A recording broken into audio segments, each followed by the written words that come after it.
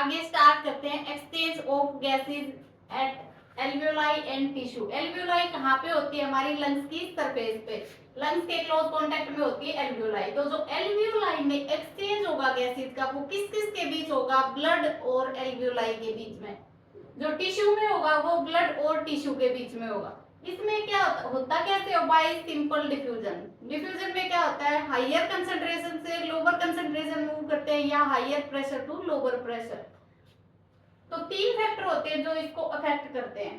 पहला कौन सा है? सोल्यूबिलिटी। जो कार्बन डाइऑक्साइड होती है हमारी, कार्बन डाइऑक्साइड की solubility 20 to 25% more than oxygen, इतनी ज्यादा होती है।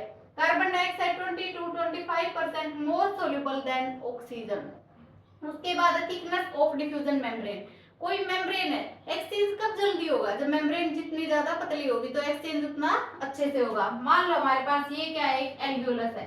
एल्वियोलस पे कौन सी एपिथेलियम होती है? सिंपल स्क्वेमस एपिथेलियम, बहुत पतली होती है क्योंकि ताकि एक्सचेंज अच्छे से हो जाए। उसके बाद ये क्या है? Blood capillary. ब्लड कैपिलरी है, ब्लड कैपिलरी की एंडोथेलियम, इसमें एपिथेलियम क्या होती है? एंडोथेलियम होती है, सिंपल स्क्वेमस एंडोथेलियम। थर्ड है बेसमेंट मेम्ब्रेन। इधर से ये इसकी बेसमेंट मेम्ब्रेन है, इधर से इसकी बेसमेंट मेम्ब्रेन है। तो ये क्या, इसको क्या बोलते हैं? बेसमेंट सब्सटेंस बोलते हैं। ठीक है। यहाँ पे क्या है? CO2 कहाँ जा रहा है? एल्वियोलाई में। यहाँ से ऑक्सीजन आ रहा है ब्लड कैपिलरी में। ठीक है।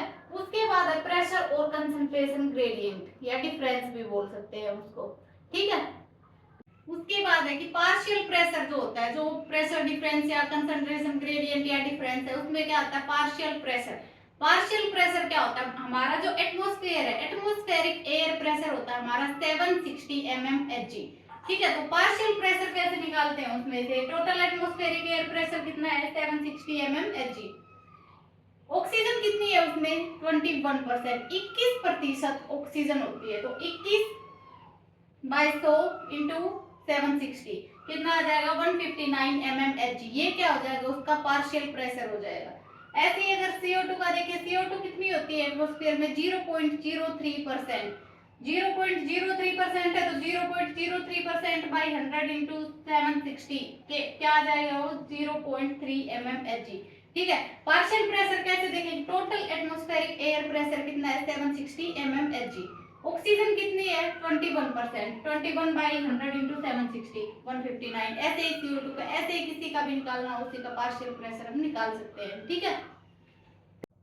उसके बाद है कि एक्सचेंज या ट्रांसपोर्ट कैसे हो रहा है गैसेस का। तो जो ऑक्सीजन होती है हमारी, ऑक्सीजन को हमें कहां से कहां ले जाना है? ऑक्सीजन को हमें टिश्यूज में लेके जाना है। तो जो एटमॉस्फेयर में होगी उसका पार्शियल प्रेशर क्या होगा? सबसे ज्यादा होगा। एटमॉस्फेयर के बाद लंग्स में पार्शियल प्रेशर उससे कम होगा। उसके बाद ऑक्सीजनेटेड ब्लड में होगा, और ऑक्सीजनेटेड ब्लड से फिर टिश्यूज में सबसे कम। कार्बन डाइऑक्साइड में इसका उल्टा है। कार्बन डाइऑक्साइड हमें कहां लेके जानी है? एटमॉस्फेयर में। तो यहाँ पे क्या होता है? पार्शियल प्रेशर एटमॉस्फेयर में ऑक्सीजन का कितना होता है? 159। कार्बन डाइऑक्साइड का कितना होता है? 0.3 mmHg। एल्वियोलाई में कितना होता है पार्शियल प्रेशर ऑक्सीजन का? 104। कार्बन डाइऑक्साइड का कितना होता है? 40। तो यहाँ से पल्मोनरी वेन होती है हमारी। पल्मोनरी वेन में कौन सा ब्लड होता है? Oxygenated blood. पल्मोनरी वेन कौन सा ब्लड कैरी करती है? Oxygenated blood. यहाँ पे पार्शियल प्रेशर ऑक्सीजन का होता है 95 और कार्बन डाइऑक्साइड का होता है 40। ये कहाँ पे जाएगी? लेफ्ट एट्रियम में। लेफ्ट एट्रियम से कहाँ पे जाएगा ब्लड? लेफ्ट वेंट्रिकल में। तो जो लेफ्ट वेंट्रिकल होती है, लेफ्ट वेंट्रिकल से बाय सिस्टमिक आर्टरी या एओर्टा, यहाँ पे भी कौन सा ब्लड होता है? Oxygenated blood. Partial pressure oxygen का 95, यहाँ कितना था? 159, 104, 95, यहाँ पे भी क्या रहेगा? 95। तो यहाँ से क्या जाएगा? ये ऑक्सीजनेटेड ब्लड है, ऑक्सीजनेटेड ब्लड तो यहाँ टिश्यूज में चला जाएगा। तो यहाँ पे पार्शियल प्रेशर ऑक्सीजन का कितना हो जाएगा? 40 mmHg। और यहाँ से क्या जाएगी? Carbon dioxide. कार्बन डाइऑक्साइड जाएगी, ये ब्लड कौन सा हो जाएगा फिर? Deoxygenated blood. Systemic when, systemic veins हमारी जो inferior vena cava, superior vena cava जो भी है वो सारी। उसके बाद यहाँ पे क्या हो गया? Deoxygenated blood. डीऑक्सीजनेटेड ब्लड है, यहाँ पार्शियल प्रेशर कार्बन डाइऑक्साइड का कितना है? 45, ऑक्सीजन का कितना है? 40। ये कहाँ पे जाएगी? राइट एट्रियम में। राइट एट्रियम से राइट वेंट्रिकल में जाएगा। राइट वेंट्रिकल से by pulmonary artery, pulmonary artery कहाँ जाएंगे? ये लंग्स में। लंग्स में क्या चली जाएगी? CO2, और यहाँ से क्या आ रही है? ऑक्सीजन। तो यहाँ पे पार्शियल प्रेशर कार्बन डाइऑक्साइड का हो जाएगा 45। पल्मोनरी आर्टरी में कौन सा ब्लड होता है? डीऑक्सीजनेटेड ब्लड, ठीक है। और यहाँ से CO2 बाहर निकल जाएगी और ऑक्सीजन अंदर आ जाएगी। एटमॉस्फेयर में ज्यादा है ऑक्सीजन, लंग्स में उससे कम है, एल्वियोलाई में ऑक्सीजनेटेड ब्लड में उससे कम है, और वहां से क्या चली जाएगी? टिश्यूज में। और यहाँ से कार्बन डाइऑक्साइड आएगी, carbon dioxide by systemic veins deoxygenated blood होता है, राइट एट्रियम में जाएगी, राइट एट्रियम से राइट वेंट्रिकल में, राइट वेंट्रिकल से दोबारा से कहाँ चली जाएगी? लंग्स में। यहाँ CO2 बाहर निकल जाएगी और ऑक्सीजन कहाँ आ जाएगी? अंदर आ जाएगी, ठीक है।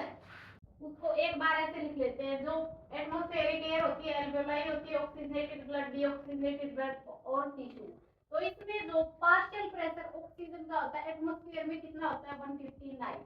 एटमॉस्फेयर में कितना होता है? 159। एल्वियोलाई में 104, ऑक्सीजनेटेड ब्लड में 95, डीऑक्सीजनेटेड ब्लड में होता है 40, टिश्यूज में भी होता है 40। तो यहाँ पे यहाँ से कहा जाएगा वो? एल्वियोलाई में, एल्वियोलाई से ऑक्सीजनेटेड ब्लड में, ऑक्सीजनेटेड ब्लड से टिश्यूज में, ठीक है। और ऐसे ही पार्शियल प्रेशर कार्बन डाइऑक्साइड का एटमॉस्फेरिक में 0.3, एल्वियोलाई में 40, ऑक्सीजनेटेड में भी 40, डीऑक्सीजनेटेड में 45 और टिश्यूज में भी 45। तो इसमें क्या होता है? टिश्यू से कहाँ आएगी हमारी? डीऑक्सीजनेटेड ब्लड, डीऑक्सीजनेटेड ब्लड ना के यहाँ से डीऑक्सीजनेटेड से एल्वियोलाई, एल्वियोलाई से एटमॉस्फेरिक एयर में, ठीक है। उसके बाद है ट्रांसपोर्ट ऑफ ऑक्सीजन। ऑक्सीजन का ट्रांसपोर्ट कैसे हो रहा है? तो यहाँ पे क्या होता है? जो हीमोग्लोबिन 3% होती है, वो तो डिसोल्व इन प्लाज्मा, प्लाज्मा के साथ डिसोल्व होके हो जाता है। 97% जो होता है वो है ऑक्सी हीमोग्लोबिन। तो ऑक्सी हीमोग्लोबिन कैसे बनता है? जो हीमोग्लोबिन होता है हमारा, हीमोग्लोबिन ऑक्सीजन के साथ बाइंड करेगा, ऑक्सीजन के साथ बाइंड करेगा। यहाँ पे पार्शियल प्रेशर ज्यादा है ऑक्सीजन का, और कार्बन डाइऑक्साइड का पार्शियल प्रेशर क्या है? कम। कहाँ पे होता है? ये एल्वियोलाई में। तो ये कहाँ पे बनेगा? ऑक्सी हीमोग्लोबिन कहाँ पे बनेगा? हमारा एल्वियोलाई में। ये अनस्टेबल होता है। जब इसको कार्बन डाइऑक्साइड ज्यादा मिलेगी तो ये उसके साथ जाके मिल जाएगा, ऑक्सीजन ज्यादा मिलेगी तो उसको छोड़ के उसके साथ जाके मिल जाएगा। तो बनता कहाँ पे है? ये एल्वियोलाई में। एल्वियोलाई में क्या होती है? हमारे पास ऑक्सीजन ज्यादा होती है, ज्यादा जहां दिखता है उसी के साथ जुड़ जाता है। टिश्यूज में इसका डिसोसिएशन होता है। डिसोसिएशन क्यों? टिश्यूज में क्या होती है? कार्बन डाइऑक्साइड ज्यादा होती है और ऑक्सीजन कम होती है, तो वहां पे जाके क्या हो जाता है? इसका डिसोसिएशन हो जाता है। ये एक अनस्टेबल होता है, अनस्टेबल। जो ज्यादा दिखता है उसको छोड़ के, उसको धोखा देके दूसरे के साथ निकल जाता है। उसके बाद आता है कि जो 100 ml ऑक्सीजनेटेड ब्लड है वो कितना ऑक्सीजन कैरी करता है? 20 ml। जो 100 ml ऑक्सीजनेटेड ब्लड है उसमें हीमोग्लोबिन कितना होता है? 15 ग्राम। तो ये बोल सकते हैं हम कि जो 15 ग्राम हीमोग्लोबिन होता है, सॉरी 1 ग्राम हीमोग्लोबिन कितना हो जाए, कितना कैरी करेगा? फिर 20/50, 15 ग्राम हीमोग्लोबिन 20 मॉलिक्यूल कैरी कर सकता है ऑक्सीजन के। तो 1 ग्राम कितना हो जाएगा? 20/15, 1.3 ml ऑक्सीजन, इतनी ऑक्सीजन करेगा, ठीक है। उसके बाद है कि 100 ml deoxygenated blood, deoxygenated blood कितनी करेगा? 15 ml। क्यों कितना आ रहा है? 20 में से 100 में ऑक्सीजनेटेड ब्लड में कितना कर रहा है? 15 ग्राम। तो डीऑक्सीजनेटेड में कितना करेगा? 15 ml ऑक्सीजन। तो नॉर्मल कंडीशंस में टिश्यूज को कितनी ऑक्सीजन डिलीवर होती है?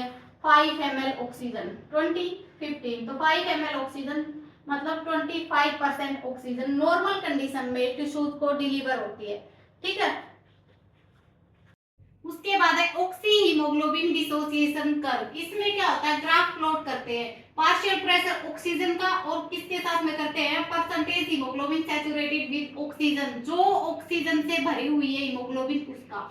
तो इसमें क्या होता है? जब हम 25% ऑक्सीजन किसको पूरी भरी हुई किसमें होती है? 100 पे, 100 पे एग्जैक्टली लंग्स में होती है 104 mmHg, वहां पे होता है सबसे ज्यादा पार्शियल प्रेशर ऑक्सीजन का। तो पार्शियल प्रेशर ऑक्सीजन का कहाँ पे है ज्यादा? 100 पे, एग्जैक्टली अगर बोले तो 104 पे, ठीक है। उसके बाद 25% जो होती है ऑक्सी हीमोग्लोबिन वो डिसोसिएट हो जाती है टिश्यूज में। क्या डिलीवर करती है? ऑक्सीजन टिश्यूज को, ठीक है। मतलब 5 ml ऑक्सीजन डिलीवर करती है। उसके बाद भी 75% जो बच गई हमारी वो क्या करती है? 75% टिश्यूज में कितना होता है पार्शियल प्रेशर? 40। तो 75% कहाँ पे होते हैं हमारी? यहाँ पे। तो यहाँ पे अगर हम कर्व देखेंगे कि ग्राफ जो बनेगा वो कैसा बनेगा? वो बनेगा एस शेप्ड, सिग्मोइड।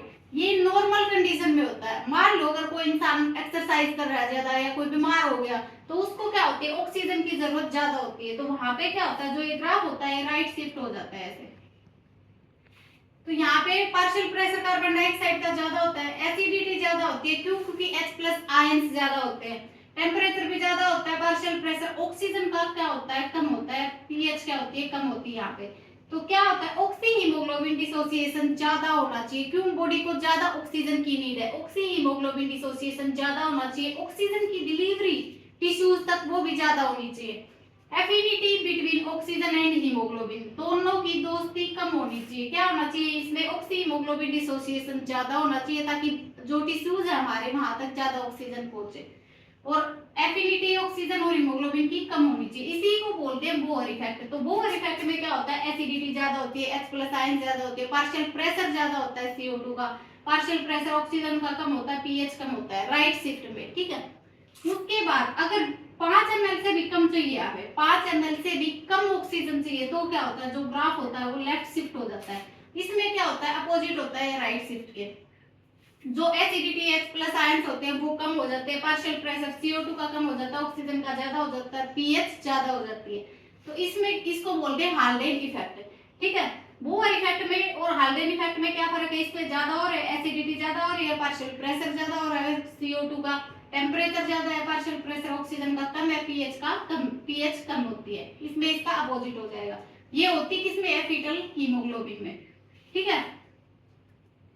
उसके बाद कल हम करेंगे transport in CO2 and disorders of respiratory system, ठीक है। Thank you.